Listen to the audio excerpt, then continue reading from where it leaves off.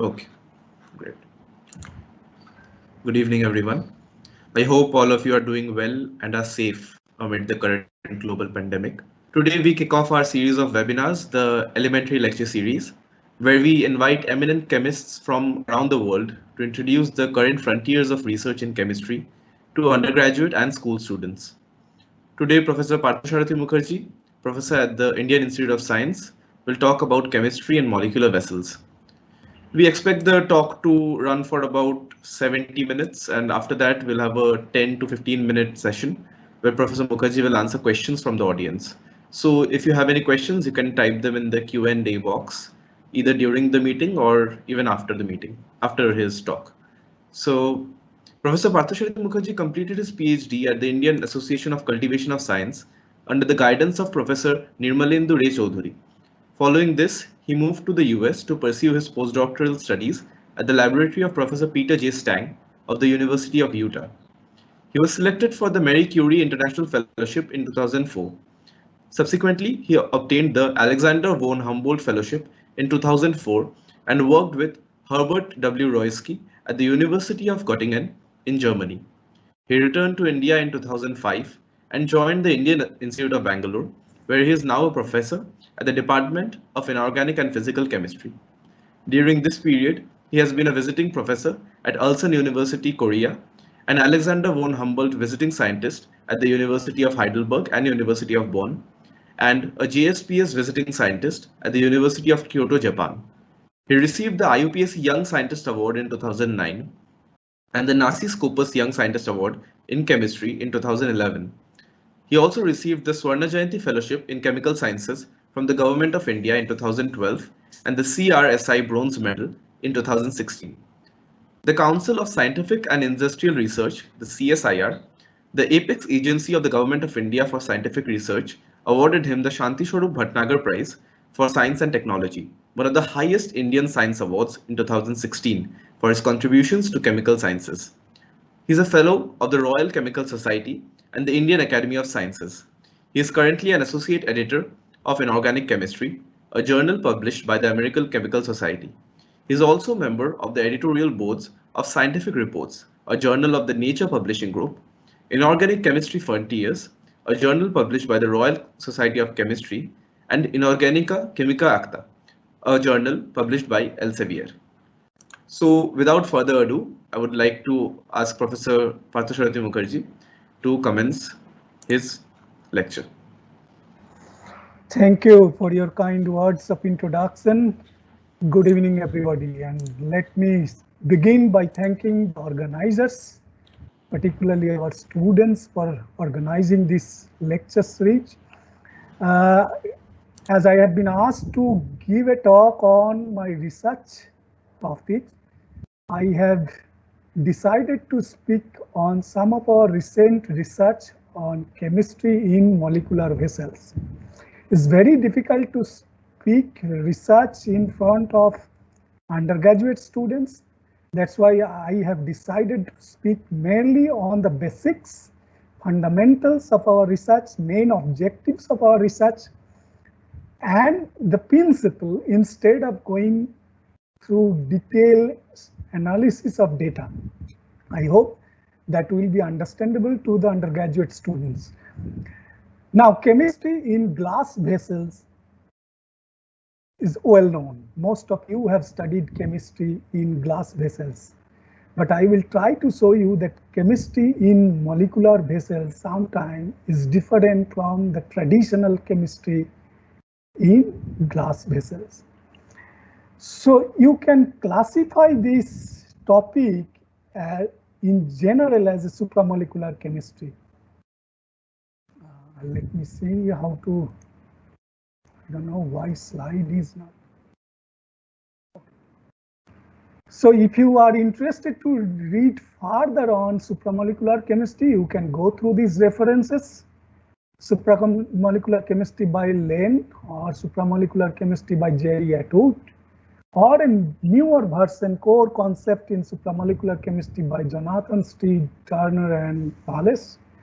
Or we have also published a lengthy review in chemical review in 2011, you can go through this, you can get supramolecular coordination chemistry, particularly idea about supramolecular coordination chemistry.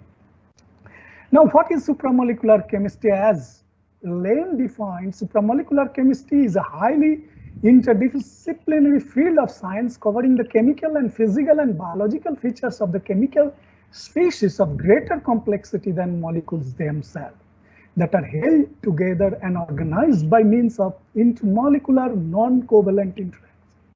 So supramolecules are larger aggregates of small molecules that are held together by non-covalent intermolecular interactions. So supramolecular chemistry is basically chemistry beyond the molecules. So supramolecular chemistry is quite mature field like any other branches of chemistry like bioinorganic chemistry, inorganic chemistry, materials chemistry, organic chemistry, physical chemistry. And Nobel Prize is already given twice in 1987 as well as in 2016 for molecular machines. Now, what are the intermolecular forces that we considered as supramolecular interactions? So I have classified them into two groups. One is weak interactions and that do not have any specific directionality. So hydrophobic interactions, dipole-dipole interaction, pi-pi interaction, as they are not directional, it's very difficult to control them, use them to design specific structure. Other interactions are stronger and directional. As they are directional, it is quite easy to use them as driving force to construct structures of definite shapes and sizes. Now I have underlined coordination bonds because I will be mainly discussing on molecular architectures that are designed using metal ligand coordination as driving force. So now question is, are coordination bonds really supramolecular in nature? This is quite controversial. Many people don't believe coordination bonds as supramolecular because they think coordination bonds are covalent in nature.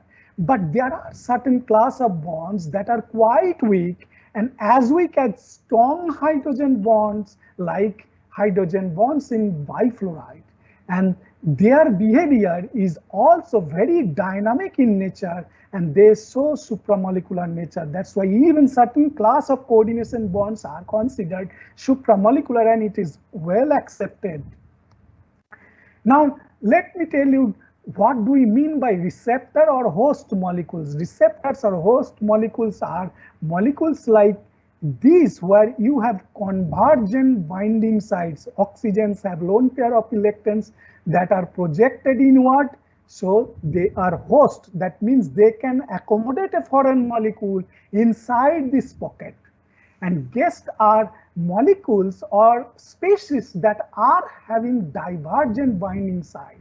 For example, if you take sodium plus it has empty orbitals to accommodate to accept lone pair of electron from this oxygen. So potassium or sodium can go inside this pocket and form complex with the lone pair of this ether oxygen. So this complex that will be formed by the interaction between this host and guest sodium or potassium are known as host-guest complexes.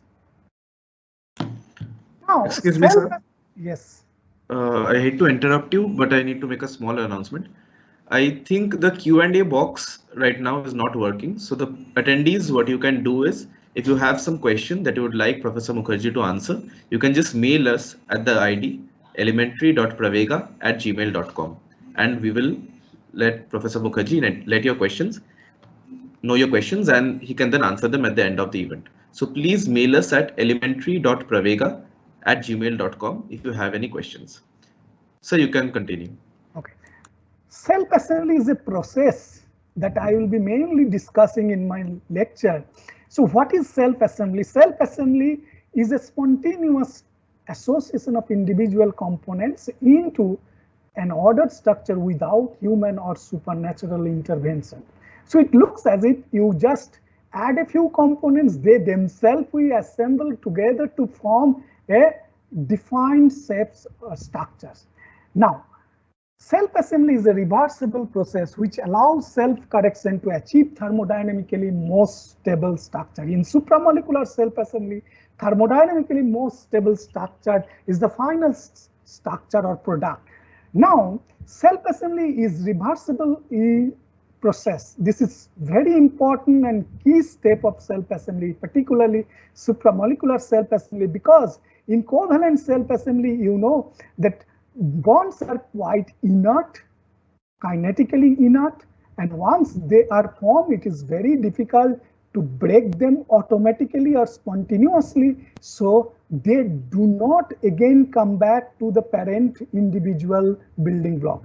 But as self-assembly process is reversible, bond formation and bond breaking processes are simultaneous. So these bond breaking and bond forming processes will be continuous until a thermodynamically most stable structure is achieved.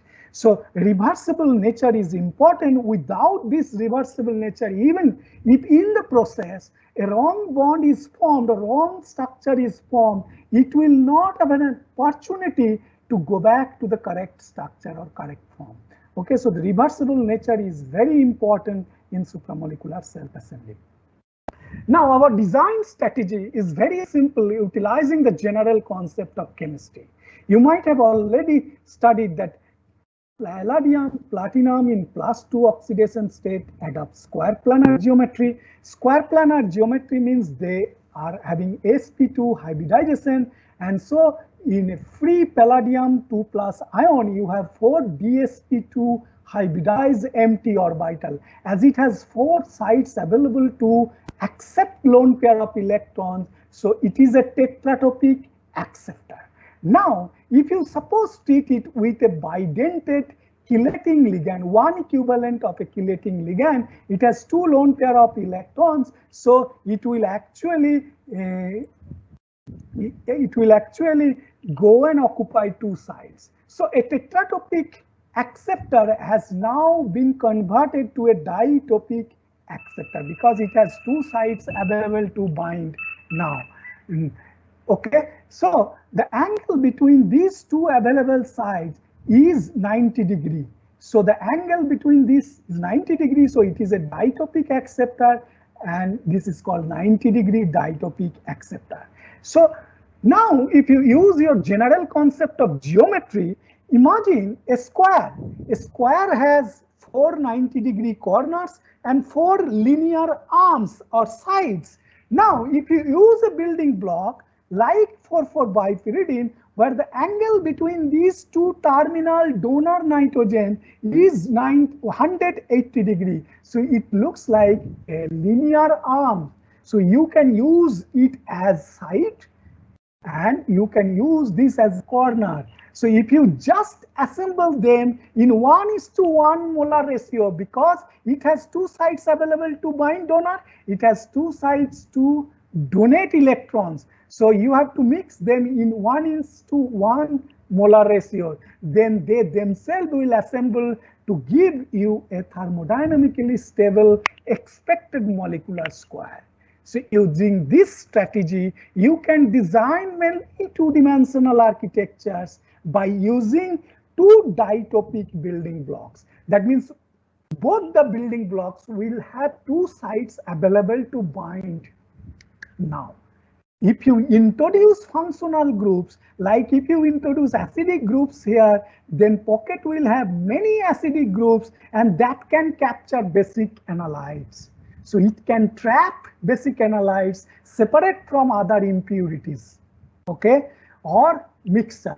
Similarly, if you can introduce amine or basic sites, then this pocket will be suitable host to accommodate or capture basic acidic analytes from a mixture. So by using host-guest interaction, you can actually separate a particular kind of analytes from a mixture. So in separation technology, you can use such kind of host molecules. Now you can design large varieties of 2-dimensional architectures using appropriate building block. So if we use our general concept of geometry, if I need to design a molecular rectangle, I can link two this 0-degree clip type of acceptors with two linear arms. Then 2 plus 2 self-assembly, that means two acceptor, two donors will assemble together to give you a 2 plus 2 self-assembled molecular rectangle. Similarly, if you take a donor which looks like this and an acceptor which looks like this, then also complementary approach will give you 2 plus 2 self-assembled molecular rectangle. Using our general concept of geometry, if we design a 60-degree ditopic building block and assemble it with a linear building block, then 3 donors, 3 acceptors, or vice versa, that means 3 acceptors, 3 donors will assemble together to give you 3 plus 3 self-assembled molecular triangle. In this way, octagon, pentagon, hexagon, etc. can be designed if one of the building blocks has more than 2 sides available to bind, then you will end up with a 3-dimensional architecture. Okay. Now, in first part of my talk, I will show you the chemistry of a very well-known compound in molecular vessels. So we generally design discrete molecular architectures of defined shapes and size and study chemistry inside such molecular architecture to see how different is that chemistry compared to traditionally known chemistry in glass vessels. Now, you know what is photochromic compound or thermochromic compound. Photochromic means color change. Photo means upon shining light. So if you irradiate a compound with light, suppose UV light, it changes color. Okay, that are known as photochromic compound. Similarly, thermochromic means by applying heat or by changing temperature, you can actually see color change. So this is known as pyropyran. This ring is pyro ring, you know. So this compound is not planar, rather it is twisted or orthogonal kind of thing, because these two rings are almost orthogonal in nature. So this is a non-planar molecule, and if you have bromo or nitro, it looks okay. So it is colorless. Bromo analog is colorless, almost colorless, or cream color. So if you take a solution in dichloromethane or chloroform, it looks like this. As it is not colored, it does not show any strong absorption in visible region between 400 to 600 nanometer in UV.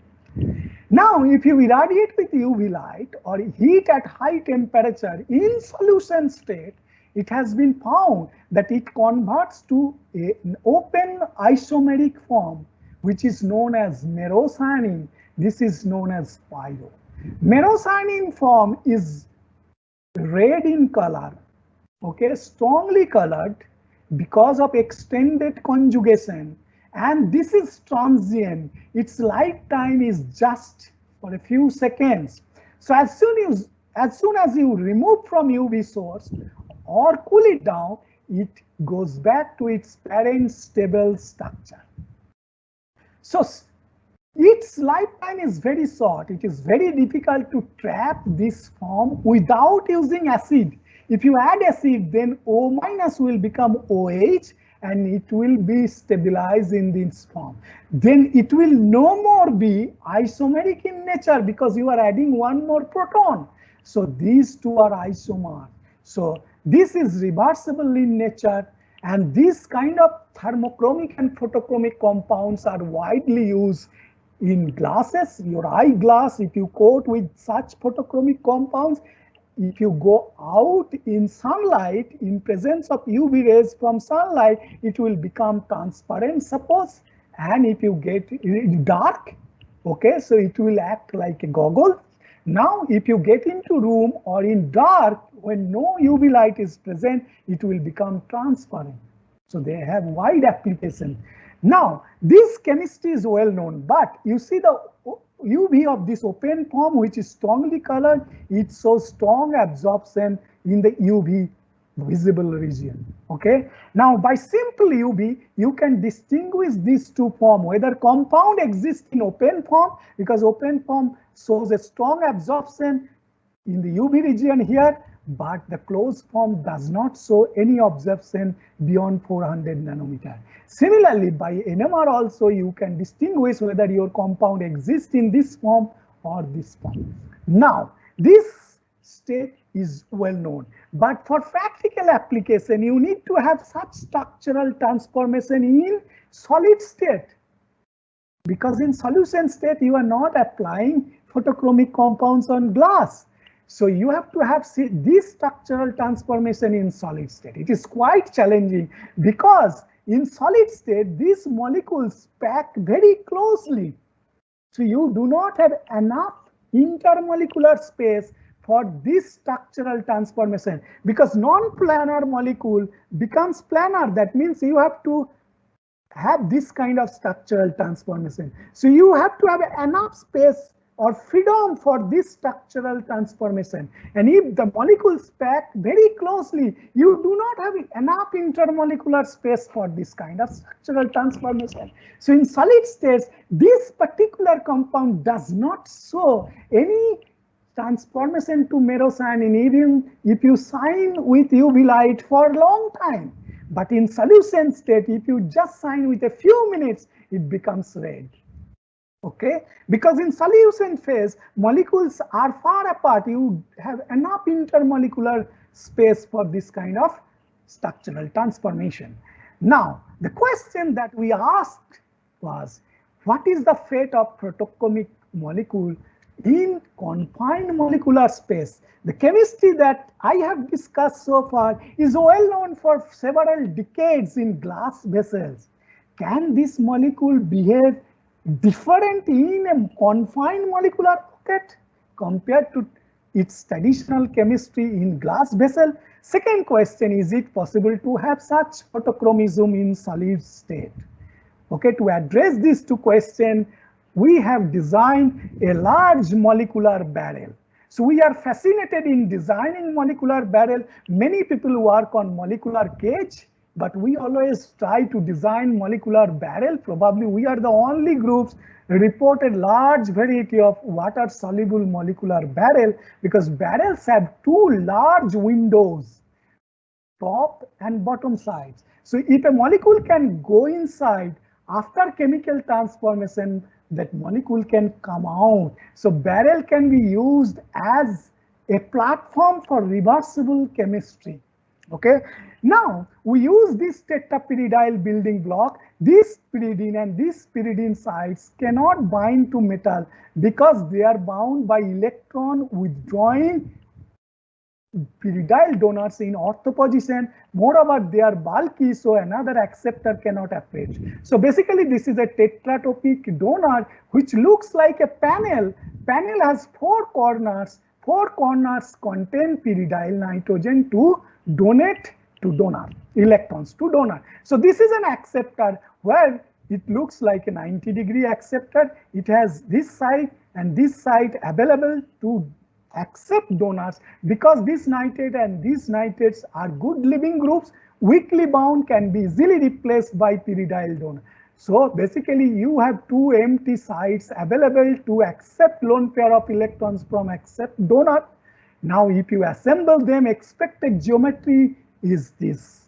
But in our case, this particular reaction gave a mixture of this barrel and a distorted barrel. It looks as if distorted barrel can be formed by removing these two sides. Okay, or you can say that by removing or by changing the orientation of these two sides, you can make a distorted one, which is not much stable. If you heat this one in water, this mixture, it gives you a uniform symmetrical barrel, which has large windows. You see, we determined its structure by single crystal X-ray diffraction, and this is the exact structure. It has large windows on top and bottom, and you have large confined hydrophobic pocket surrounded by aromatic building block. So pocket is hydrophobic, but this large structure is highly soluble in water. This building block is not soluble, but after formation of this huge structure, it is soluble in water. So you can trap or accommodate water insoluble insoluble compounds in its confined pocket, which is hydrophobic. That means you can take these water insoluble molecules into water by trapping them inside this confined hydrophobic pocket. Lies determine the structure. Now, this is the aqueous solution of our barrel, which is yellow in color. Now, when we added this colorless compound, it is not soluble in water. Without barrel, it is not soluble in water. But if you add this one to aqueous solution of barrel, immediately it gets dissolved in a few minutes. Not only that, it shows color change. Yellow solution, upon treating with a colorless compound, shows green coloration. That means something happened. So what is that? We checked UV and we found there is a strong absorption at 590, which is a characteristic peak for the open form merocyanine form of spiro compound, because this form does not show any absorption in this region. So without using UV light, without heating at room temperature, we could convert this one to this open form. Not only that, we could stabilize this for months. If you keep this solution for several months, it will remain in this without using UV. So without using UV, you could generate open form. And open form is the stable form inside molecular pocket, while outside molecular pocket in solvent, generally we have seen this is stable form. It does not go to open form unless you irradiate with UV light. As soon as you remove from UV source, it goes back to its parent's disclosed form. But in room temperature without UV, we could trap this one. Not only that, we have characterized by NMR and we found that inside this form exists. Not only that, two molecules go and stay inside this pocket. So two molecules pack in parallel fashion. This is deuterionic form. Positive and negative ends are there. So a dipolar molecule. So two molecules pack in head to tail fashion. That means positive end of one molecule, negative end of another molecule. They come close. They have electrostatic interaction in addition to pi-pi interaction between the pi bonds of these neighboring two molecules. Not only that, these pi electron clouds will have interaction with the wall of this aromatic building block.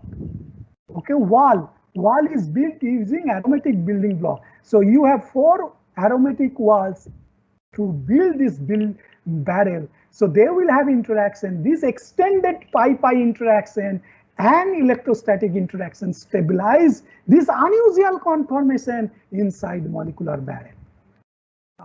We have also shown this one. The another compound with nitro analog also showed similar color change, and by UV and NMR we found that open form exists. So it is not restricted to only one form. It is restricted to bromo or nitro spiro compounds exist in open form inside molecular barrel. This is quite unusual.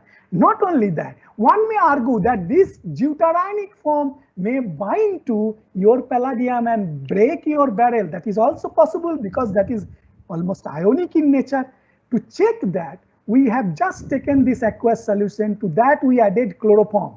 Now after adding chloroform, your organic compound, this one which was staying inside the hydrophobic pocket, will come to organic solvent because it is more soluble in organic solvent, chloroform. It comes to the organic solvent, that is reflected from its sudden color change, blue.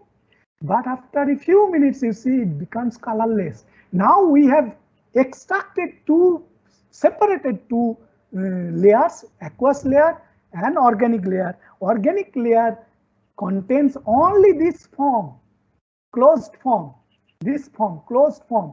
And this form contains only barrel. That means there was no chemical bonding between the ionic form of this and palladium. Barrel remains intact. Barrel remains in aqueous medium after separation we found. And organic phase contains this one. That means as soon as this open form comes into organic phase, it goes back to its closed form as usual. Now we have also checked if this is restricted only to a single barrel or it can also show similar chemistry in other barrel. So this building block was used. This is more wider, using the same acceptor and got a larger barrel we reported earlier. This barrel can take up water insoluble drug molecules like curcumin. Curcumin drug is anti-cancer drug which is not soluble in water. So curcumin is present in our haldi or turmeric powder, but it is not soluble. But if you take in aqueous solution of this barrel, we have seen that curcumin goes inside and it can, this barrel can make curcumin soluble in aqueous medium. Not only that, its anti-cancer activity is same as in DMSO solvent. Okay, so its anti-cancer activity remain intact, but still its solubility could be enhanced drastically. Now, we have seen that this barrel also showed similar kind of chemistry. That means bromo and nitro, both compounds exist in open form inside this barrel. So we found the chemistry in confined molecular vessel of photochromic Spiro compound is completely reverse of what people have so far studied in organic solvent for last 50 years. So in aqueous, in molecular barrel, this one does not exist. It readily converts to this one without using UV light or without applying heat. Now, if you heat this color solution, it comes out of this barrel. And once it comes out, you can see particles at the bottom and solution become colorless. So far chemists have seen that in organic solvent, this exists in closed form and colorless. You have to irradiate with UV light to get color form, which is transient. But in our case, in presence of barrel, once you add this one, it exists in open form. You need to heat or irradiate with UV light to get this one open form. But if you keep this open form for a few minutes in open atmosphere, again it will go inside the barrel and becomes closed open form. Okay, so closed form becomes transient now. In presence of molecular barrel, open form becomes permanent stable form. So the chemistry inside molecular vessel is completely reverse of what we have or chemists have studied for several decades. Now, the second question was whether solid state photochromism is possible or not. So to check that, we use our Spiro compound SP, which is cream color, solid. This is barrel. Now, if you mix and grind for a few minutes, you see color change.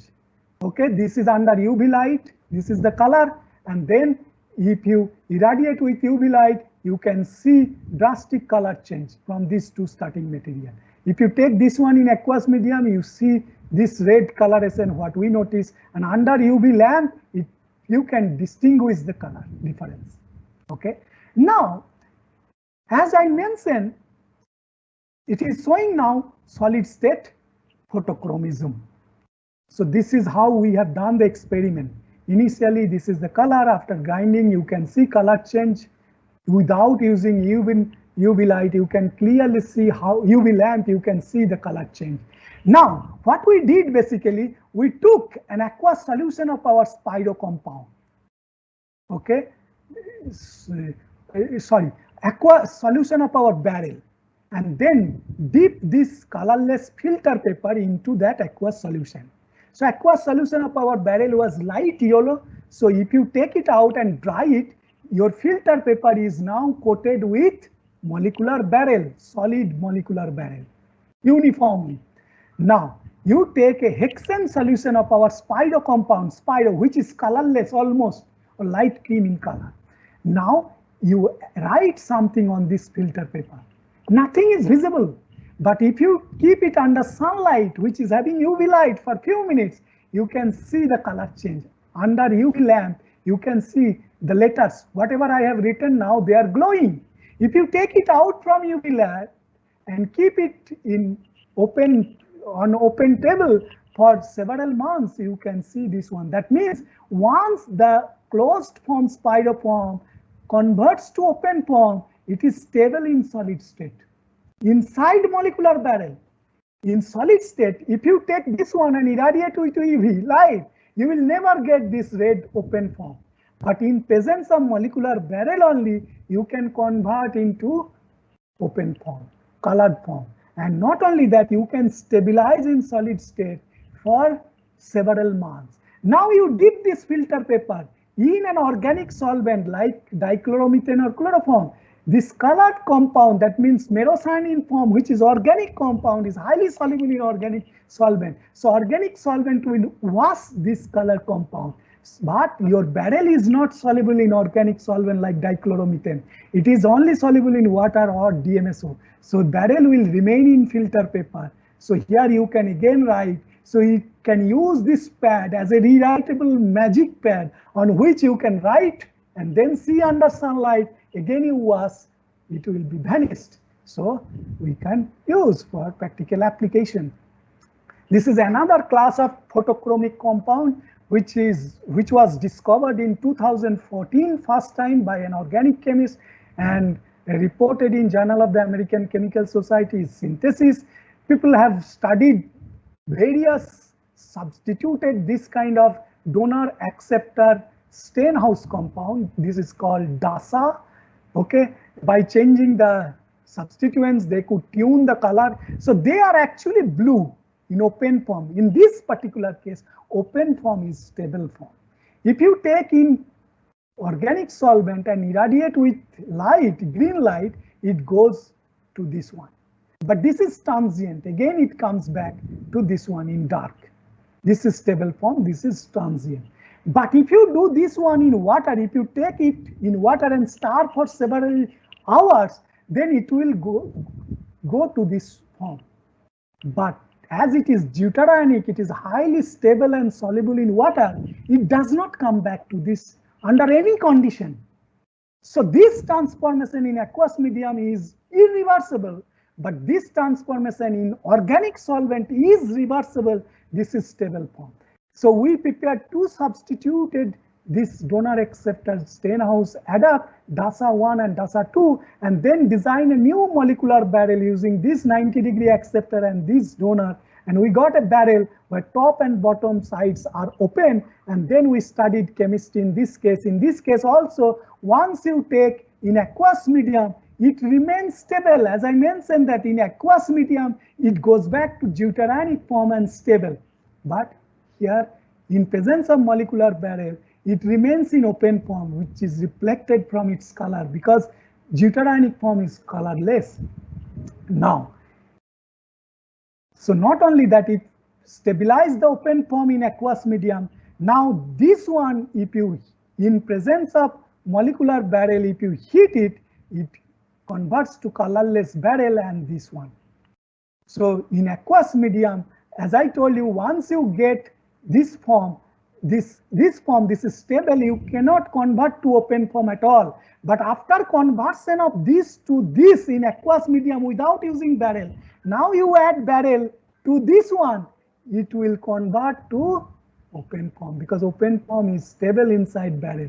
So deuteranic form could be converted to open form in aqueous medium, which was not at all possible without barrel earlier. So in presence of molecular barrel, we could make this reaction reversible and we could stabilize this form in molecular barrel. Again, another class of photochromic compounds shows completely opposite chemistry in molecular barrel or vessel. This is quite unusual. Now, so far I have shown you chemistry of photochromic compounds. Now I will go to the different topic, chemical reactions, particularly catalytic chemical reactions in confined molecular space. The question that comes to our mind first is, why do we need confined space? Idea is not new, nature's gifted idea, because many enzymatic reactions happens inside our enzymes molecular pocket surrounded by enzyme, and such stereospecific or selective reactions do not happen outside the enzyme pocket. So pocket is so selective for specific transformation. So let us see the general physical chemistry aspects of a reaction. Suppose if you perform a multi-component reaction, you take 4 different components. So number of molecules is more, so entropy is large, very high. Now if you get one single product from multiple components, number of product is decreasing, so entropy is decreasing. S2 minus S1 is negative, del S is negative. So entropy loss process. Now del G is equal to del H minus T del S. If del S is large negative, then entrophically or thermodynamically reaction is unfavorable unless del H is highly negative. Now, instead of taking them in a glass vessel, suppose X milliliter of solvent, if you take in a confined molecular pocket, this circle represents a confined molecular pocket which is having dimension of a few nanometers. Then rotational and translational degree of freedom of the reactants will be very restricted. So initial entropy of the reactants you are reducing. So S1 you are reducing. After the formation of product, if you can take out from the pocket, confined pocket, then product's entropy will not change. So entropy difference loss is reduced now. So entropically you can make reaction slightly favorable compared to this one. Not only that, if you take the same reactants in a confined molecular pocket, instead of taking in X milliliter of solvent, the volume of the reactor is very, very small. You cannot see, very tiny. So effective concentration of the reactant is very large. So as per Le Chatelier's principle, for N2 plus 3H2 is equal to 2NH3, if you increase effective concentration of the reactants, product formation will be more facile. So reaction will move forward. So effective concentration is increasing, reaction will move forward. Not only that, if you can stabilize the transition state of the reaction by the walls of this confined pocket by aromatic interaction or charge transfer kind of interaction or weak supramolecular interaction, then transition state of the reaction will be stabilized. Its energy will be low. So you can proceed to the product through a different reaction pathway, which is having less activation energy. So it is catalytic. This is called catalytic. So you need less energy to activate the reaction. So you can make reaction catalytic in nature. So these are the general principles on the advantages of chemical reaction in confined pocket. I will show you one example that was reported by Makoto Fujita in Science in 2006. So he used this palladium-based molecular cage, hexagonal molecular base cage, which is represented by this closed circle for simplicity, because this is complex structure. It has narrow window through which small molecules can go inside this pocket. This is a photochemical reaction, 2 pi electrons, and these 2 pi electrons, they are parallel. And if you irradiate with UV light, it gives you cycloadapt cyclobutane product. If you take these 2 molecules in organic solvent and irradiate with UV light in a test tube or in NMR tube, glass vessel, then you will get both these 2 isomers. This is called syn and anti.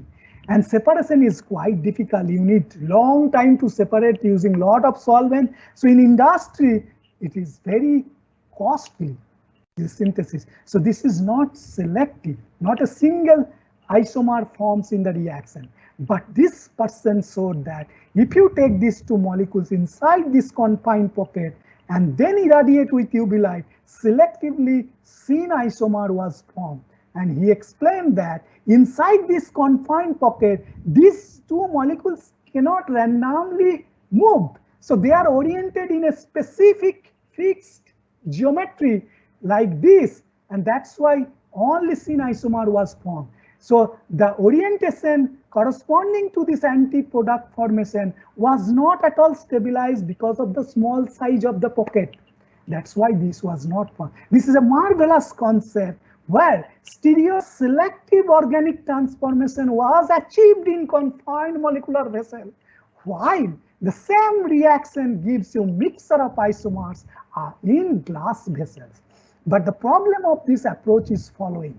This molecule is larger compared to individual starting materials. So starting small molecules can easily pass through this narrow window, but once it forms, it cannot come out of this cage. So this molecule is trapped inside. So one large molecular cage can produce only one molecule of this. Molecular weight of this palladium cage is large. So you need lot of palladium cage to prepare small amount of this. So economically it is not favorable. So our idea is to always design molecular barrel because of this reason. Barrel has two large windows, and window size is almost close to the size of internal pocket. So if any product can form inside, then it can come out. So our idea is to use one open pocket, one open window for the reactants to go, another open window for the product to come out. So if one reactant go inside and form product and come out, then barrel will be free to take up another reactant. So if you have suppose 1 lakh molecule, 100,000 of molecules of reactants, and suppose 10 molecules of barrel, then one by one reactants will go. After product formation, it will come out. So barrel will be free. So you do not need to use 1 lakh molecules of cage. Only 10 molecules of barrel will be enough. So you need only catalytic amount of molecular barrel, so that it will be like cyclic catalytic reactions. Okay. So our idea is to always use water soluble barrel and confined hydrophobic pocket using aromatic building block, so that water insoluble reactants can be used to perform chemical reaction in aqueous medium without using toxic organic solvents, some cases. So I will show you first example using a water insoluble barrel, okay, heterogeneous fashion. Now, you know that metal-based catalysts are well known. For hundreds of years, chemists have been using metal-based catalysts for organic transformation. Organic compounds can also act as catalysts, and that is a hot area now. People use organic compounds as catalysts, that is called organocatalytic reactions, okay, using organic compounds as catalysts. Now, urea or thiourea-based compounds are widely used as catalyst. So urea forms in solid state this kind of intermolecular hydrogen bonding. But if you take it in catalytic amount, is large amount of solvent, then these intermolecular hydrogen bonds break to form active mode of this catalyst. So here NH protons are free to bind with your substrate by hydrogen bonding to activate. Suppose this is our reactant, it will form hydrogen bond with these two hydrogens, and this hydrogen bond actually activate this carbon, so that another nucleophile can go and attack here, and then reaction proceeds. So this activates. So this is catalyst. Okay, this is the general mechanism, and this kind of reaction is known as Michael reaction. Now, such reactions are known in organic solvent, and reactions are homogeneous. So after the reaction, if you or reactants and products and catalyst all are in same phase, then it is very difficult to separate catalyst and reuse. So heterogeneous catalyst, if catalyst is in different phase, solid state suppose, and reactants in solution phase, then after formation of product, you can simply separate the catalyst and reuse again. So same small amount of catalyst can be reused in industry. Heterogeneous catalysis has wide application and advantages. So we thought we can design a diurea-based dipyridyl donor. So it looks like a linear cartoon, okay, or side with two terminal balls representing pyridyl nitrogen. So these two are donor sites, and two urea moieties are represented by two red these points. Okay, now we assemble, first check its X-ray. We found, as expected in solid state, urea moieties are hydrogen bonded, so they are not free to activate your substrate in solid state. In solution phase, you can remove this hydrogen bond or break this hydrogen bond, that can activate, but in solid state, they are already involved in hydrogen bond, so it cannot act as catalyst. This ligand cannot act as catalyst. Now we changed our strategy. We thought we can bind with palladium to form. So this is a 90-degree acceptor. Diamine is blocked. This is diamine, and two nitrates can easily remove. That's why two palladium empty sites are available on palladium. So when we treated it, we got a molecular triangle. This was fully characterized. Now in solid state, this triangle can come close to another triangle. So other triangle will have CO group and form hydrogen bond with the neighboring NH protons of the neighboring triangle. So triangles can pack in this columnar fashion to form a column, okay, or tube-like structure. So your intermolecular NH oxygen hydrogen bonds remain in the triangle. So this triangle cannot act as a heterogeneous catalyst for such kind of reaction. So it cannot activate. And we have seen that it is not good enough to activate this nitroolefin compounds. This kind of nitroolefin compound do not give you product in presence of this catalyst. Now we changed our strategy. Imagine we got a triangle in this case. Now imagine a situation that you do not have any diamine on each palladium. That means you are removing this. So each palladium has two empty sites. So each palladium can accommodate two more donors. So now you can bring two triangles together, but you cannot talk to triangles. They will not understand your language. So if you ask them to come close, they will not come. So you have to have a driving force, a binder like this. So we designed this dipyridyl unit. So this nitrogen can bind this open side. This nitrogen can bind to this side. Similarly, another binder will bind this and this side. So you can actually stitch these two triangles by 6 such dipyridyl unit, which is represented by this cartoon. This nitrogen, this ball and this ball represent this nitrogen and this nitrogen. So you can stitch two triangles to form a barrel kind of architecture. Now, why have I used this one, not a smaller one? If you use this smaller dipyridyl unit, then this triangle and this triangle will come close. So then this urea moiety and this urea moiety of the neighboring triangle will again form hydrogen bond to maintain a distance above 5 Armstrong, more than 5 Armstrong. We have used this and this binder so that the distance between this and this nitrogen is more than 6 to 7 Armstrong. So they will be far apart. So they will have free urea moieties available to activate. Now we design using this strategy.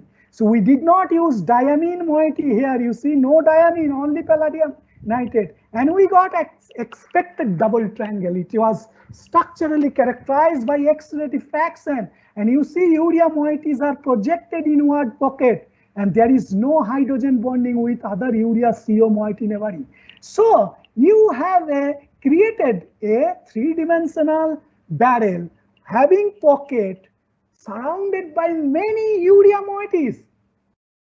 So you have a pocket containing many urea moieties which can activate your nitroolefins. Now your nitroolefin compound, this can go and bind.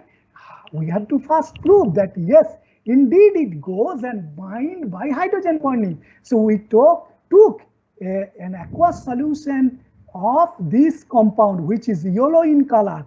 Now to this, we added our solid barrel. Solid barrel is not soluble in this medium. So solid barrel was colorless. It becomes yellow after 2 hours. That means this yellow colored nitroolefin compound was absorbed by strong hydrogen bonding inside this pocket, and this part is only free solvent. So we have proved that by strong hydrogen bonding, this barrel can absorb this kind of compound by strong hydrogen bonding between this nitro group and urea NH protons. That was also monitored by UV with time. And now we have performed reaction by changing R1 and R2 of this nitroolefin compound using this active methylene compound as nucleophile. So if you have water simple, that can actually remove one of the protons, form carbanion that can go and bind here to form this product. Okay, so this is the Michael reaction. So we have used our barrel, small amount of barrel, and starting from R1 phenyl 4-methoxy and others, we have increased the size of this reactant. So once you increase the size, you see it takes longer time to get same amount of product. And without barrel, product yield was very low, no catalytic turnover. But in this case, yield was more. So barrel enhances the catalytic activity by encapsulating. But how do I know it encapsulated? Because when we use larger reactant, it took long time. That means larger substrates needs longer time to be diffused inside the pocket. That's why it takes longer time. So this is an indirect evidence that encapsulation is a key step for enhancement of this catalytic activity. So this is proposed mechanism. You don't need to learn this mechanism. So basically I have free urea moiety in the barrel's pocket. It forms hydrogen bond. It activates this carbon. Nucleophile will attack and form product. Product is quite bulky.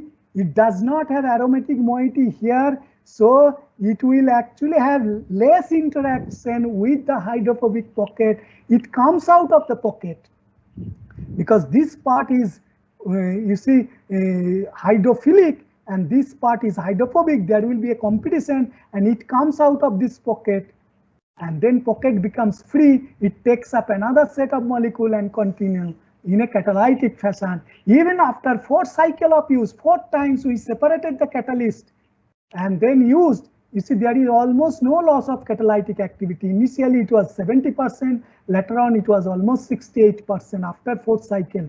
And then we checked the NMR after 4 cycles of use of catalyst. Catalyst NMR remain almost intact with the starting catalyst. That means there is no change in the barrel. Barrel remain intact. So only urea moieties took part in catalytic activity. Now I have shown you that we prepared barrel, but now I will show you cage also. So we use this tetradentate donor. This nitrogen can act as donor side. This nitrogen can act as donor side. This is called tetrazole. Tetrazolate can act as a bidentate donor. So 2 tetrazoles are there, so it is a tetradentate donor. So it looks like this. So when we treated with this one, we got a tetrahedral cage, very unusual tetrahedral cage with a square planar palladium unit. Okay, so you see in this case, edges of the tetrahedron are occupied by ligand and faces are free. This is crystal structure. Okay, now in this case, you see this tetrazole, if you see in this structure, you see this palladium orientation is like this, clockwise, and in this case it is anti-clockwise. Okay, so this is delta conformation, this is lambda conformation, and you see this is basically chiral, but it does not give you enantiomer pure cage. It gives you, if you see this one orientation is like this, anti-clockwise, and this orientation is like this, so it is clockwise. Okay, but they are formed in equal amount. That means racemic mixture, you cannot separate. So even if you do this catalytic reaction inside, one particular enantiomer does not form selectively. Now we changed our strategy. Instead of ditetrazole, we use tritetrazole. So in this case, faces are occupied by this ligand and gave us same tetrahedral cage. This was also characterized by X-ray. This was characterized by X-ray. This cage is soluble in water. This cage is soluble in water. Only difference is here window size is big because walls are free. Here walls are occupied. So you have very narrow window. So you cannot expect reactants to go inside. In this case, reactant can go inside. Now we have tested that this barrel T1, where faces are free, open, you see it can encapsulate. From NMR study, we proved the 2 molecules of this guest go inside and get stabilized inside this in aqueous medium. But when we took this cage, this did not show any encapsulation, no peak for this guest. That means this guest was not soluble in presence of this or did not go inside this pocket. Now we perform catalytic activity in presence of T1 and T2. T1 means where encapsulation was possible, reaction yields are much higher compared to using T2 where no encapsulation was possible. So we found here the product yields are comparable to the yields that we got without any catalyst. That means T2 did not show any enhancement of catalytic activity, T1 showed. Their difference is T1 showed encapsulation. So it further confirms that encapsulation enhances catalytic activity. That means this reaction happens inside molecular vessel in aqueous medium using water insoluble substrate. These kind of reactions are well known in organic solvent in homogeneous fashion, and we have done in heterogeneous fashion as well as in aqueous medium in both the cases, in homogeneous fashion also. But we could separate the product without by simply filtration and use the catalyst in this case. So as I have shown you that in this case we got chiral cage, but both the enantiomers are formed in equal amount.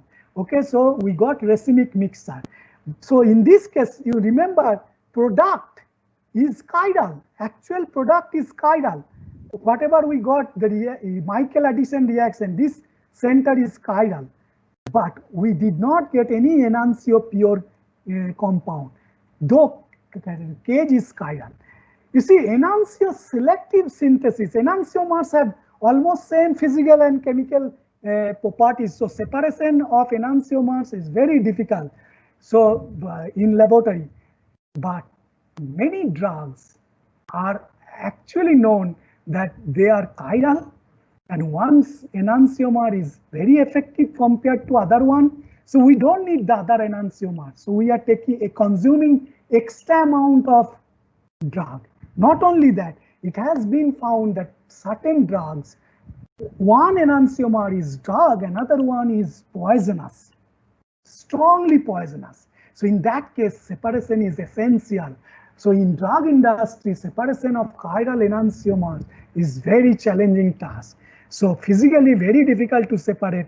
That's why if you can design a catalyst that will allow only one enantiomer to form in excess over other, that is known as enantioselective catalysis or enantioselective organic transformation. And many groups are working on enantioselective organic transformation so that you don't need to separate. Now, in this case, we did not get enantio pure cage, so we changed our strategy. Instead of this ethylene diamine, we took a chiral enantio pure blocking ligand amine. So this is SS. Then we got enantio pure 2 cages, delta and lambda. So we could separately prepare 2 enantiomeric cage just by changing this building block. So in this case, pocket is chiral because of the orientation, as well as these edges are chiral because these edges or corners are having chiral center. So these diastereoisomeric cages were now used to check whether they can selectively recognize one enantiomer or not. So we checked R binol as well as S binol 2 enantiomer, and we found that these 2 cages from the mixture selectively recognize, one cage recognize R, another cage recognize S. Okay, this is very important. So 2 enantiomeric cages recognize 2 enantiomers separately from the mixture. Okay, so this is really an unusual chemistry in this field, and that's why this was appeared in the front cover of Journal of the American Chemical Society's issue, and this was also highlighted by the American Chemical Society as spotlight. This, you see 2 cages, this is one enantiomeric cage, this is another, and this recognizes one chiral compound from the mixture, and this recognizes other one from the mixture. So you can use such compound in separation technology. In next 10 minutes, I will mainly discuss on molecular vessels for other purpose. So far I have discussed on molecular vessels that are metal ligand coordination based, but there are weak interaction which can also be considered as like dynamic bonds, like imine bond. Amine and carbonyl forms imine, and this bond formation is reversible in nature. So if you have water or acid, then again it goes back to amine and aldehyde. So using this diamine and this trialdehyde, we prepare this cage by 2+3 condensation. Similarly, using small character, this was again reduced to amine cage, and then we use smaller one, we got larger cage. Okay, these two cages were prepared. Remember how these were fully characterized by X-ray. Now, nanoparticle synthesis, you can take 1 meter of metal rod, divide into 10 equal parts, each one will be 0.1 meter. Take again 0.1, divide into 10 equal parts, 0.01. If you continue 9 times, you will get a nanometer scale particle, but it is very complicated procedure. Uniform size distribution is very difficult. So bottom-up approach is more useful. That means you use a metal ion, reduce to metal atom by using reducing agent, then metal atoms will come closer by van der Waals interaction to form a metal particles. But how many metal atoms will come to form a particle? 10, 15, 10,000, 10 million? If number is more, then particle size will be very big, and then finally they will agglomerate to form precipitate. So to control this number of atoms to be assembled to form a particle, people use capping agent. Bendimers, polymers, micelle, etc. have been used as capping agent. But such capping agents, structure control is very difficult. So you cannot really specifically design a particular structure of polymer with specific size. So we can design an organic cage using self-assembly protocol, which is having specific shape and size. Now, metal-based cages are very sensitive. If you add reducing agent will reduce your palladium ion present in the cage. So your cage will break. So you cannot use it as host or vessel in presence of reducing agent. That's why we use organic cage, particularly amine-based cage. So they are very stable in acid, base. And now you have diamine moiety, NH, NH, cyclohexane diamine moiety in the cage. So it is like a chelating ligand. If you add palladium acetate or nitrate, palladium will go and bind. So several palladium ions will go and bind. So they are inside confined pocket. Now if you add reducing agent, palladium 2+ become palladium 0. Several palladium 0 will assemble together to form a particle. If this process happens inside this confined pocket, you can expect that particle size will not be bigger than this pocket size. We couldn't control. So in this case, the cage size was 2.1 diameter, and we could get average size of 1.8 nanometer palladium particle. Larger cage was 3.7 nanometer, and we got particle size of 3.6 nanometer. So we could control the size of nanoparticle close to the size of pocket. So by varying the size of cage, we could vary the size of the particle. So now we use this for catalysis, again as for heterogeneous catalysis. So we use cyanation reaction of aromatic halide using non-toxic potassium ferrocyanide, using this cage palladium nanoparticle aggregates. So they form cyanides, no cuprous cyanide, sodium cyanide is used. So non-toxic cyanide gives you cyanide in high yield, both the small particle and large particles. So large particle 3.6 nanometer in this case, you see yields are slightly lower, which is expected. Smaller the particle size, surface area will be large, so reactivity is expected to be more. So two different catalysts, larger nanoparticle, this blue one, smaller particle nanoparticle based catalyst, you see yields are retained almost intact even after 5 cycles. And after 5 cycles, we check the nanoparticle size. They do not aggregate after several cycles of use. So nanoparticle size remain intact. So we can reuse this again and again in industry. So we have also changed our strategy. We designed this trialdehyde assembled with this to get imine cage. Imine board is sensitive, so we reduced it to amine by sodium borohydride. This amine cage is highly stable in acid and base. It has diamine pocket now, and sulfur. We introduce sulfur because it can have better interaction with gold and other soft metals. So we introduce gold ions inside this, form complex, then you add reducing agent and you get gold nanoparticle. Gold nanoparticle below 2 to 5 nanometer size is very useful but very difficult to control their size using traditional method. By using this molecular vessel, organic molecular vessel, we could control the size. The cage size is 2.2 nanometer and the average size of the particle is 1.9 nanometer. So we could get very tiny uniform particle size using a molecular vessel. Very simple. Undergraduate students can also use this methodology. Now we used this tiny gold nanoparticle, cage supported nanoparticle as photocatalyst. If you irradiate with UV light, it can easily generate holes and then it can actually act as a catalyst. So we used a very old reaction, nitro to azo, nitro to amine to azo, you have all studied. Nitrobenzene to azo, if you do in neutral medium, it gives one product. If you do in basic medium, it gives you azo, azoxy, hydrazobenzene. And if you do in acidic medium, it gives you aniline.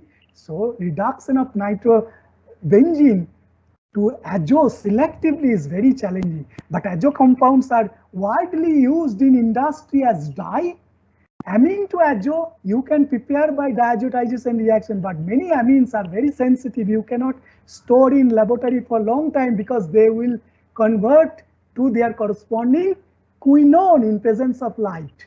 So nitro compounds are very stable. If you can convert them to azo, then it is challenging selectively. So we took this nitro compound and converted to azo compound using our cage supported gold nanoparticle just by photoirradiation in 2 hours time in very large quantity, more than 90% isolated yield, but conversion was almost close to 100% in all the cases. No byproduct was formed. So this is very facile reaction. You can use in industry, selective organic transformation. It is almost 50, 60 years old or even more than that old reaction we have performed to get selectively azo compounds using a simple catalyst just by irradiation with light. So far I have shown you that we are fascinated in designing molecular architectures using metal ligand coordination bond as driving force. So we construct water soluble molecular barrels, and we are fascinated and probably the only group mainly interested in designing barrels, while many groups work on metal-based cages. So we design large molecular barrels using aromatic walls, building blocks as walls, so that pocket is hydrophobic, barrel is highly charged, which are soluble in water. So in aqueous medium, we can study chemistry of water insoluble hydrophobic compounds. We can perform catalytic organic transformation in aqueous medium because of their open windows, two open large windows.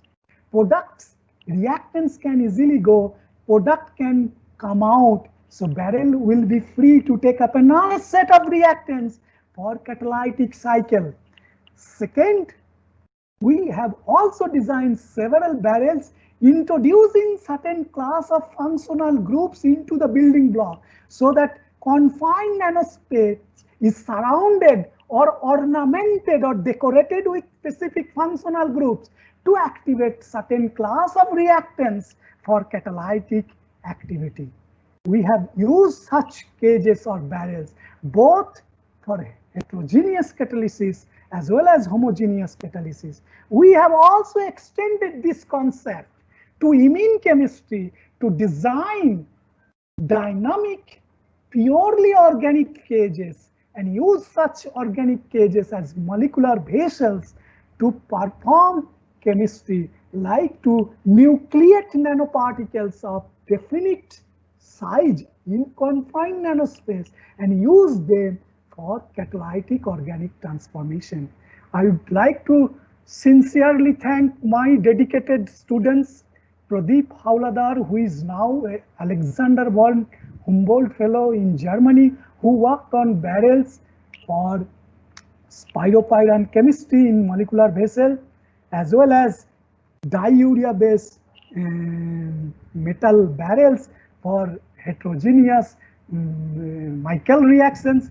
Biganeshwar Mondol, who is now an assistant professor of Central University in Bilaspur, who worked on cage supported nanoparticle synthesis and their use in organic transformation. Rupak Saha is now in my group, who actually worked on molecular barrel for studying chemistry of donor acceptor Steinhaus compounds.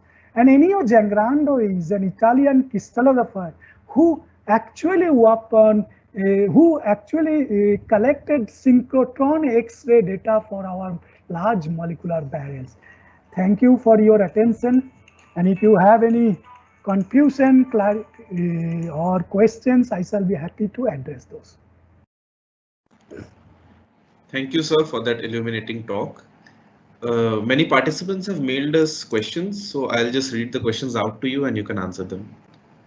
The first question is, what are the evidences or methods based on which we can distinguish a coordinate bond from a covalent bond? Coordinate bond and covalent bond.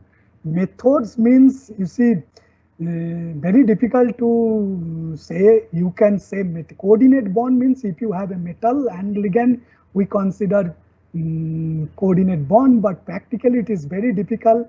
Who is donor, who is acceptor in this case by practical methods. Okay, but you can definitely do by covalent bond. If both the donors contribute one electron, then shift in NMR will be different compared to in coordinate bond, because in this case one partner is donating electron, another partner is accepting electron. So acceptor side will get more electron than what it had earlier. So in NMR, peaks will be uphill shifted generally, and the donor side is donating electron, losing electron. So peaks in NMR, proton NMR, will be downhill shifted. Okay, because now protons are less shielded by electrons. Okay, so by NMR you can actually distinguish these two partially, I would say. How do you control the selectivity of the assembly if there are many kinds of units present? Yes, good. So there are many possibilities. For example, if you take a 90-degree building block with a linear unit, as per the general concept of geometry, final geometry should be square. But perfect 90-degree acceptor is very difficult to design, because in an ideal square planar metal ion, all the angles between the never-end building block is 90 degree.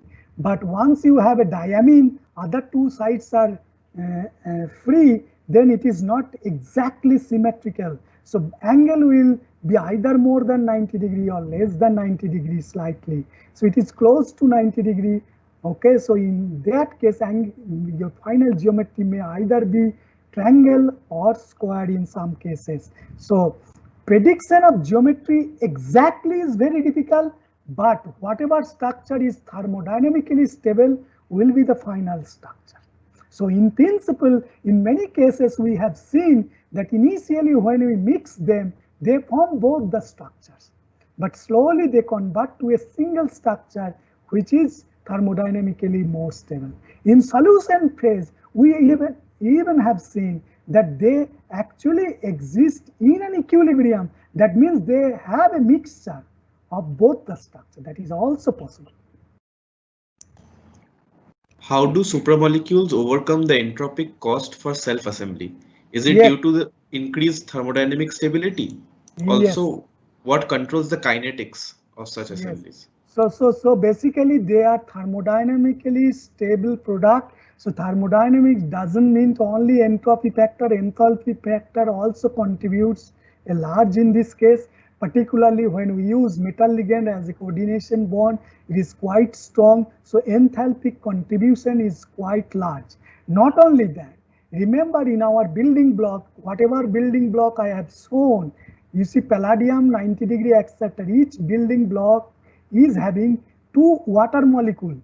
Okay, so these 2 water molecules will be replaced by pyridine. So number of water molecule is also increasing. So entropy is eventually not decreasing much compared to the starting building units. Okay, because it is also releasing 2 molecules of water.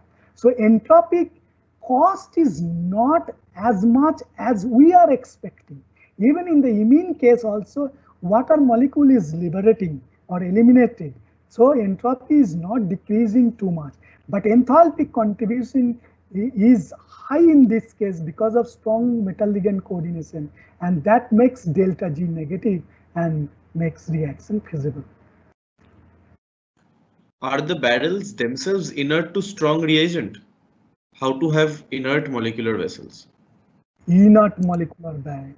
Okay, so these barrels are really not stable in presence of strong acid, base, as well as reducing agent, because as I mentioned, palladium pyridine bond is quite weak, not kinetically inert, so they are supramolecular in nature, dynamic in nature in solution state. That's why we are not able to use strong mineral acid for catalytic reaction or free amine in catalytic reaction. Okay, so there are limitations. That is why our strategy is to design purely organic water soluble barrels. So this is just for concept, but we and other groups, research groups, are trying to develop purely water soluble organic cages. We are also charged, like pyridinium ions will be generated, imidazolium ions will be generated to form cages. So they will have hydrophobic pocket, they will be soluble in water, they will have confined hydrophobic pocket for catalysis. So that is next generation challenge. We have developed water soluble or water insoluble purely organic barrels, particularly water insoluble barrels we have in hand. So we are in process of developing water soluble purely organic cages. Then we can perform same kind of reaction even in presence of strong base, acid, and reducing agent. To understand and quantify the geometric confinements and driving forces for these reactions in the confined spaces, what computational or other methods do you use? We generally don't do fast computational. Okay, so as an experimental chemist, we first design. Once we get structure, but before designing, of course, we have a logic. For example, sometimes we use electron deficient building block so that electron rich aromatic polyaromatic compounds can be easily encapsulated. So that is logic. Similarly, we can introduce electron rich building block to encapsulate electron deficient compound like polynitroaromatic compounds for chemical reaction or for sensing or recognition. Similarly, we can also design building blocks which are having functional groups that can form hydrogen bond or other weak interaction with the analytes that I am going to use. So these are different parameters that we actually play with when designing molecules. Okay, and these are all qualitative idea, and then after that we try randomly with different analytes that we have in mind whether they really can be encapsulated. Once we get encapsulated, then we try to crystallize. In many cases it is difficult to crystallize. In some cases we crystallize large aromatic compound like coronine. Coronine is a smaller version of graphene like.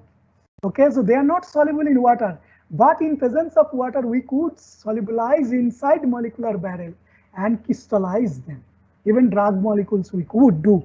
So like this we have background knowledge, and then once we get successful result, then for analyzing how the molecules are oriented inside this pocket, we do computational. So we do not do computational randomly without lot of molecules. That will take lot of time. So once we have a positive result, then we see how that class of molecules are oriented inside pocket. What are the potential practical applications of altering the photo switching characteristics of DASA compounds? DASA compounds is a very new class of compounds that I mentioned. So DASA compounds are not developed well.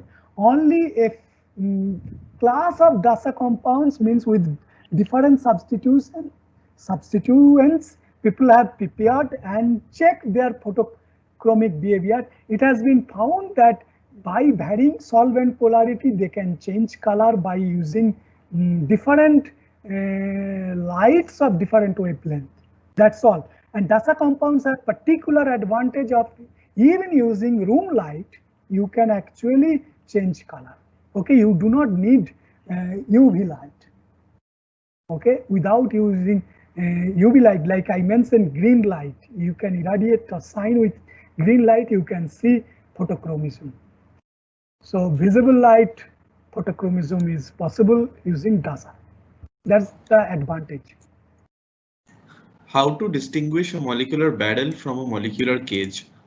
Okay, distinguish means cage means logically, you see, confined. You do not have much open space, only narrow windows are there.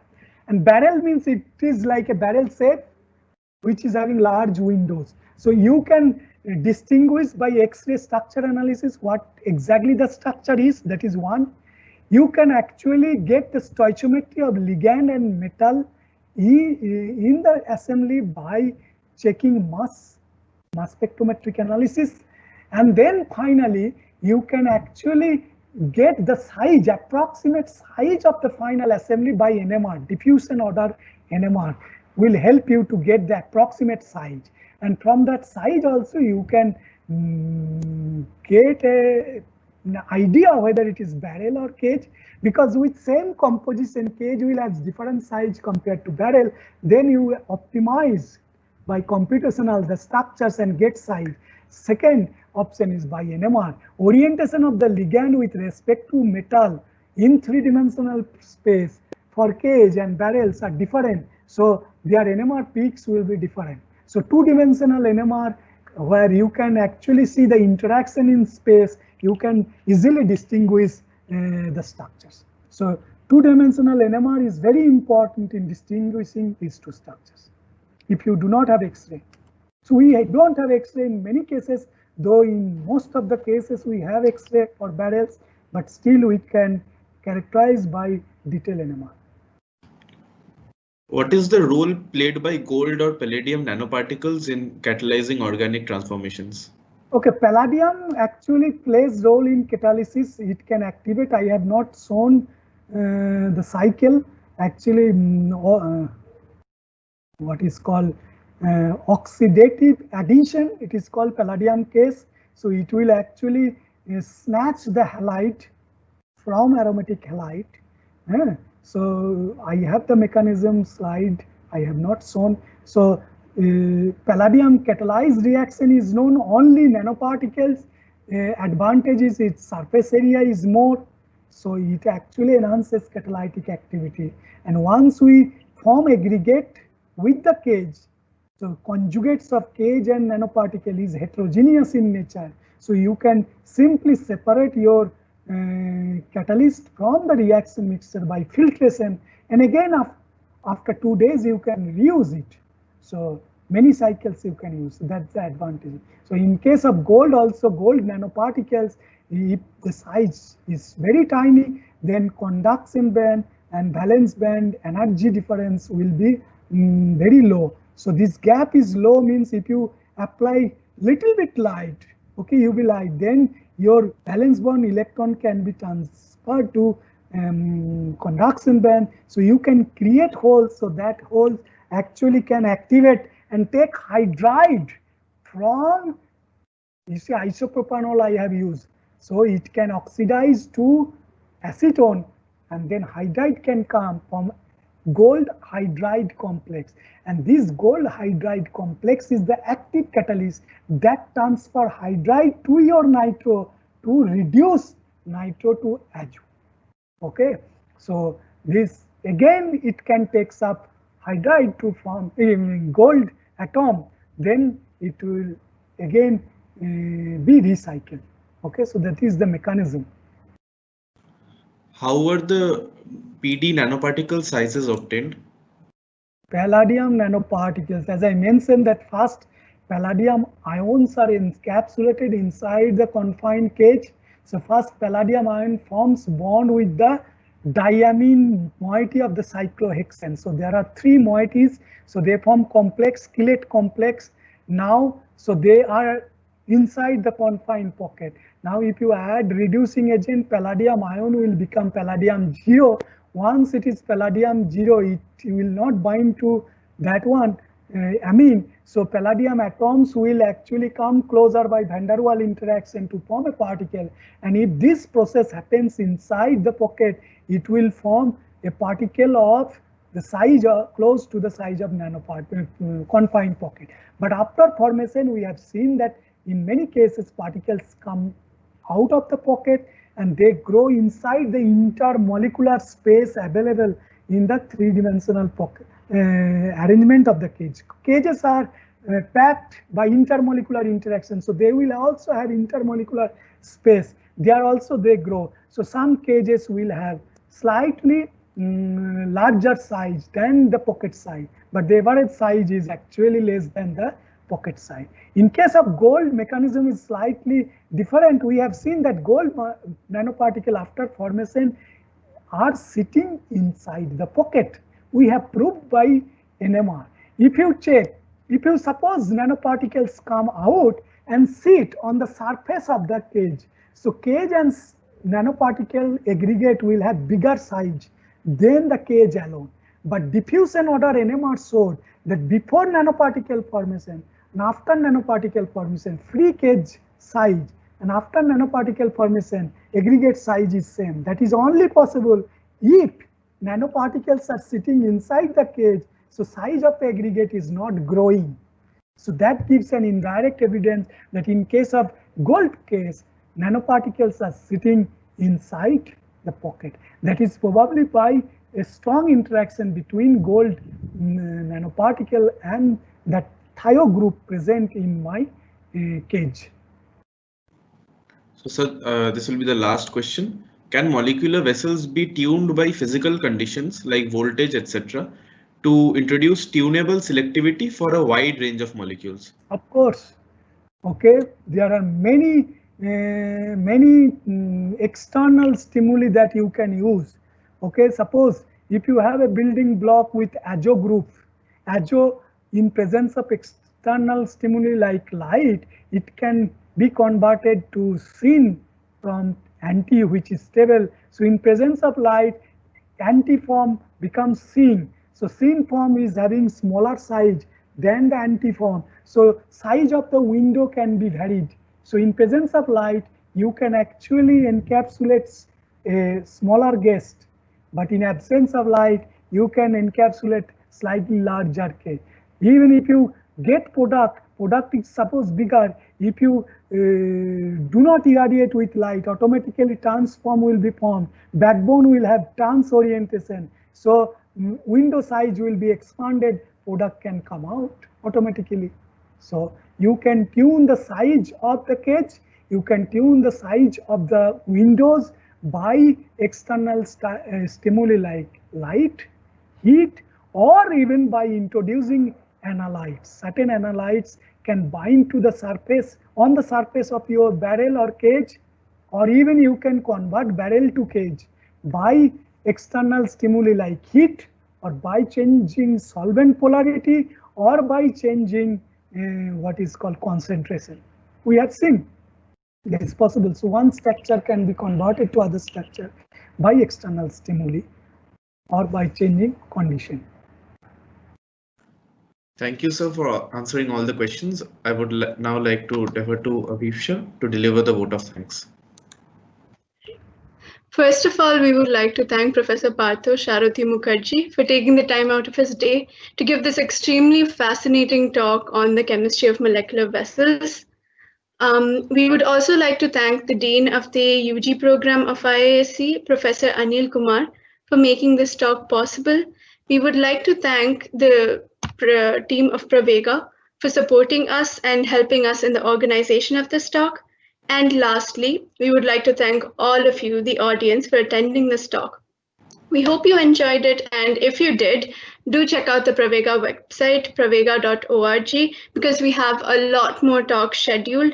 The next one of which is tomorrow from 11 to 12 a.m. on Bringing Ideas to Life by Dr. Guru Prasad Rao of India's leading 3D printing company, Imaginarium, as part of Pravega Paradigms. As for elementary lectures, we will be back in September with a bunch of other talks from eminent professors from diverse fields in chemistry. The next one being scheduled on September 11th at 5 p.m. by Professor E.D. Jemis, who will be talking on structure and electronic chemistry of boron. Till then, goodbye and take care. Thank you. All the best and stay safe and healthy.